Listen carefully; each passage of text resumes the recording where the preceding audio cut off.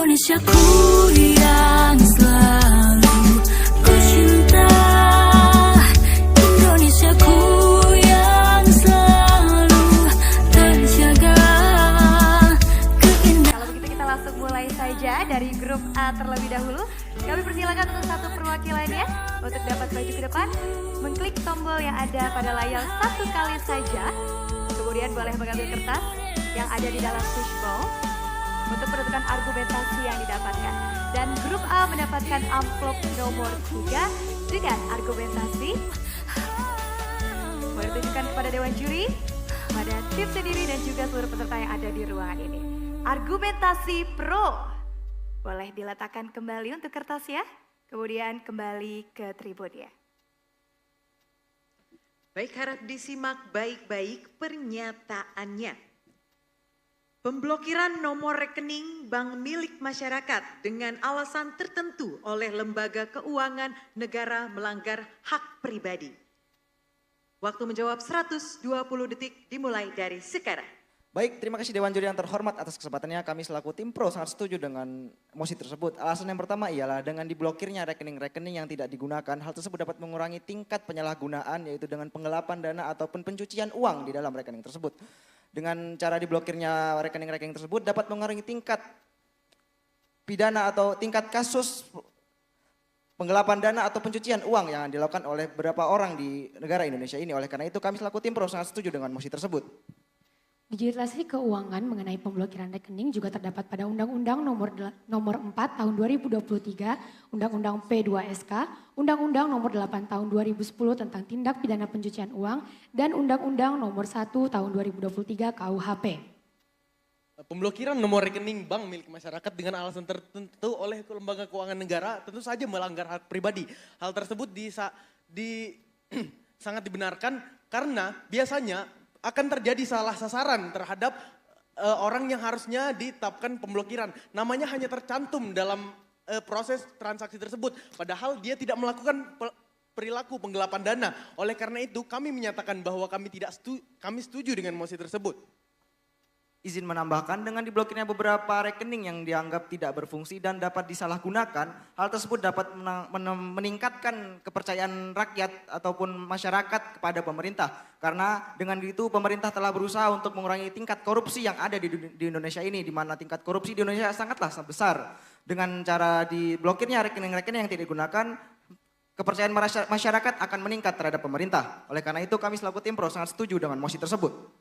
Selain itu, misalnya dilakukan pemblokiran terhadap rekening milik kita. Hal itu dapat mengganggu proses transaksi milik kita yang harusnya kita dapat mengembangkan keuangan milik kita sendiri. Namun hal itu tidak dapat terjadi karena terjadinya pemblokiran. Oleh karena itu kami menyatakan bahwa kami setuju dengan mosi tersebut. Waktu habis, berikan tepuk tangan untuk grup A. Dan untuk penilaiannya kami serahkan kepada Dewan Juri, silakan. Baik, tepuk tangan dulu buat grup A. Iya, yang grup A yang agak menggelitik adalah pernyataan terakhir itu. Antara pro dan kontra ini agak tipis. Ya, tapi secara overall gitu ya, tadi sudah disampaikan beberapa ketentuan peraturan perundang-undangan yang menyertai tindakan tersebut ya. Undang-Undang 4 2023 gitu ya, 10 2010. Kemudian 1 2023 tentang KUHP. Ada lagi yang tadi disampaikan bahwa ini adalah proses pencegahan dari pemerintah. Itu yang paling penting sebetulnya. Jadi tambahan-tambahan yang berkaitan dengan keberatan pribadi dan segala macam tadi itu sebetulnya bagian dari upaya pemerintah untuk pencegahan tindak pidana korupsi dan penyalahgunaan rekening.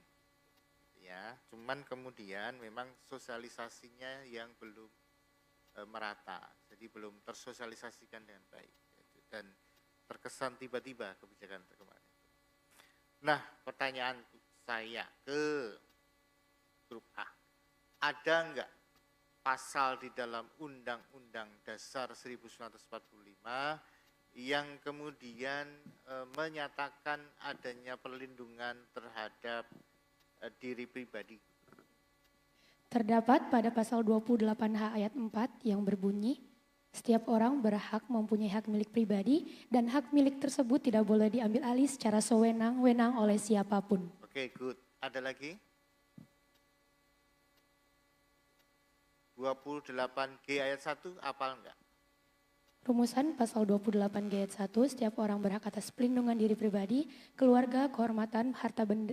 Setiap ulangi, pasal 28G ayat 1, setiap orang berhak atas pelindungan diri pribadi, keluarga, kehormatan, martabat, dan harta benda yang dibawa kekuasaannya, serta berhak atas rasa aman dan perlindungan dari ancaman ketakutan untuk berbuat atau tidak berbuat sesuatu yang merupakan hak asasi. Oke, bagus. Tepuk tangan dulu dong. Ya, jadi pasal-pasal di dalam Undang-Undang Dasar, tahu ya bahwa kemudian memang Undang-Undang Dasar juga memberikan ruang untuk perlindungan pribadi.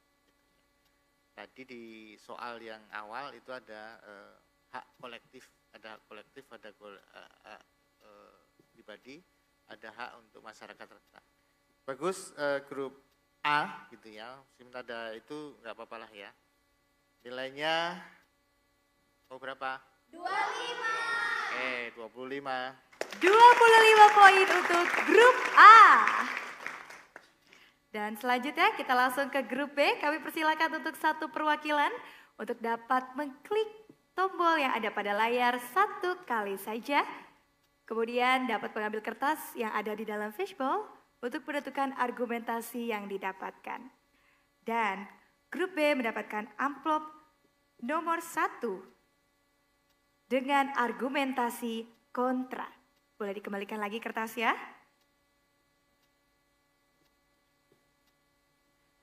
Harap disimak baik-baik untuk pernyataan yang didapatkan amplop nomor 1 dan dijawab dengan argumentasi kontra. Kementerian Hak Asasi Manusia merupakan salah satu kementerian baru pemerintahan saat ini. Dengan adanya Kementerian Hak Asasi Manusia tersebut menunjukkan pemerintah sudah secara memadai memberikan perlindungan, pemajuan, penegakan, dan pemenuhan hak asasi manusia. Waktu menjawab 120 detik dimulai dari sekarang.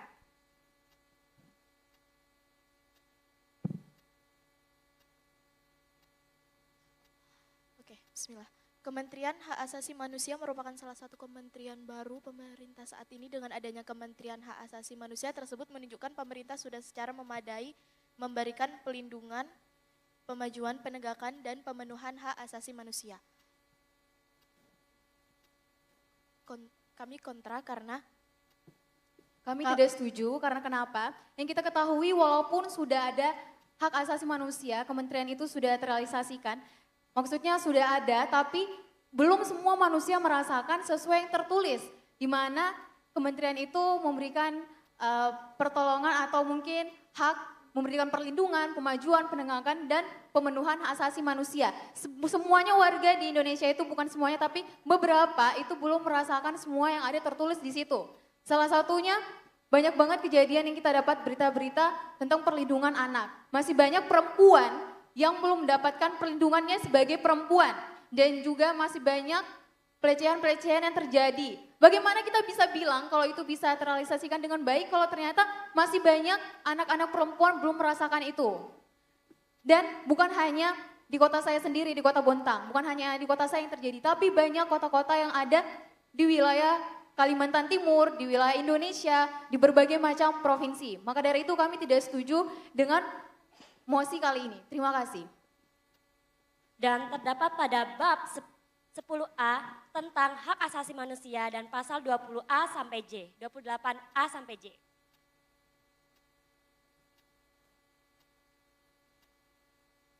Lalu tidak hanya, maka dari itu kami sangat kontra dengan mosi ini. Sekian, terima kasih. Waktu habis. Berikan tepuk tangan untuk grup B. Dan untuk penilaiannya kami serahkan kepada Dewan Juri, silahkan. Iya, tepuk tangan dulu untuk grup B. Salah satu contoh yang bagus tadi disampaikan adalah kesetaraan gender tadi antara laki-laki dan perempuan. Kesempatan laki-laki dan perempuan harus sama. Tadi sudah disampaikan, ya. Meskipun tadi kemudian tidak ditimpali lagi dengan argumentasi yang menguatkan itu, tapi sudah sebagus tadi. Jadi perlindungan HAM itu intinya perlindungan HAM. Kalau lihat di tab 17 MPR 1998 itu adalah bahwa perlindungan dan pemenuhan HAM bagi semua kelompok,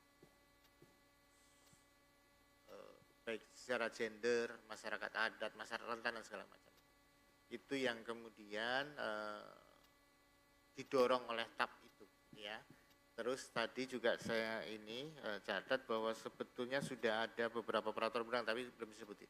Ada Undang-Undang 39 tahun 99 tentang HAM. Itu nanti di pasal 1 ayat 1-nya itu menyebutkan HAM itu adalah sekumpulan hak yang melekat pada hakikat dan keberadaan manusia sebagai ciptaan Tuhan yang Maha Esa. Tadi pas itu ya tadi, tapi hanya satu contoh berkaitan dengan kesadaran gender. Yang lainnya masih ada beberapa ini ya, tapi oke. Nilainya 20 ya.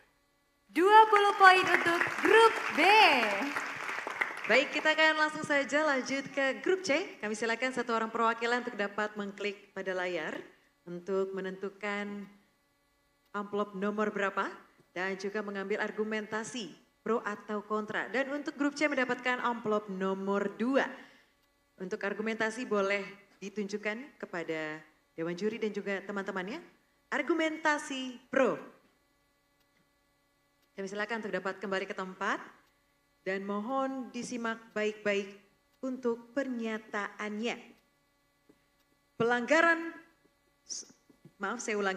Pelarangan pengibaran bendera lain dalam satu tiang di bawah bendera merah putih sebagai bentuk keresahan masyarakat terhadap kondisi ekonomi, politik, dan sosial.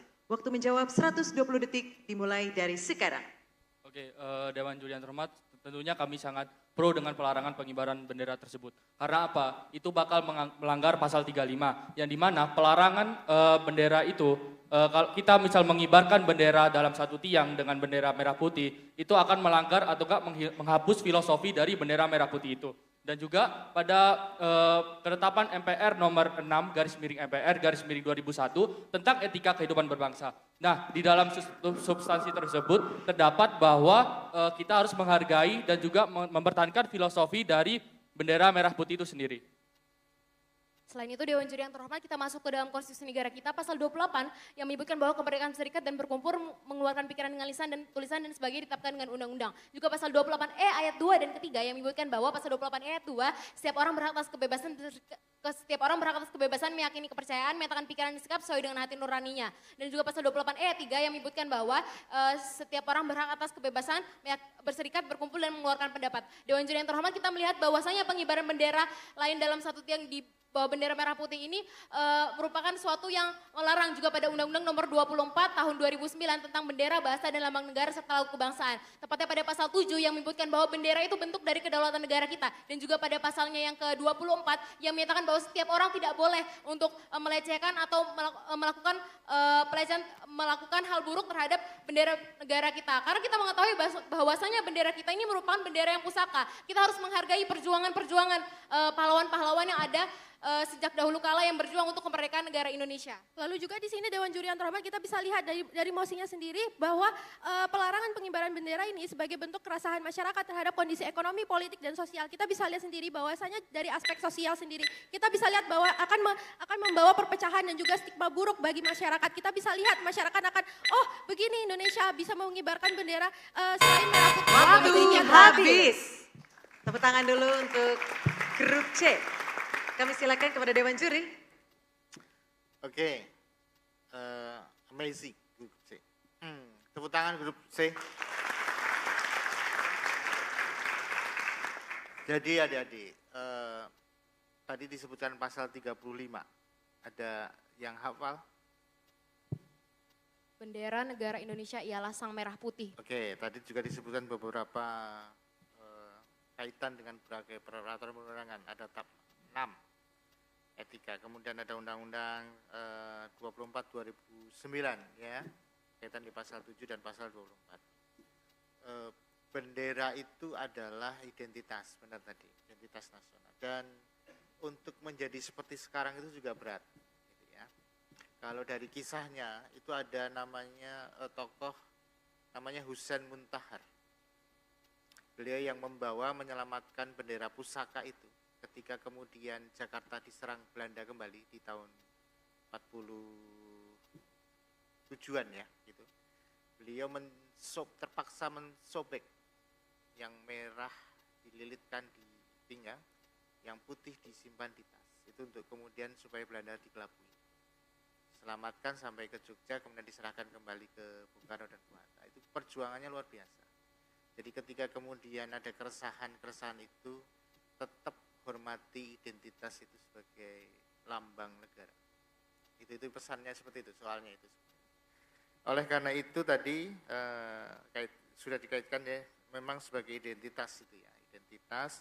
Nah saya mau nanya ini sebetulnya. Tadi kaitan dengan hak-hak tadi ya, 28 dan 28, beberapa pasal di 28A sampai. Ada pasal yang hafal enggak? 28J ayat, tadi pemenuhan hak ya, tadi kaitan dengan pemenuhan hak.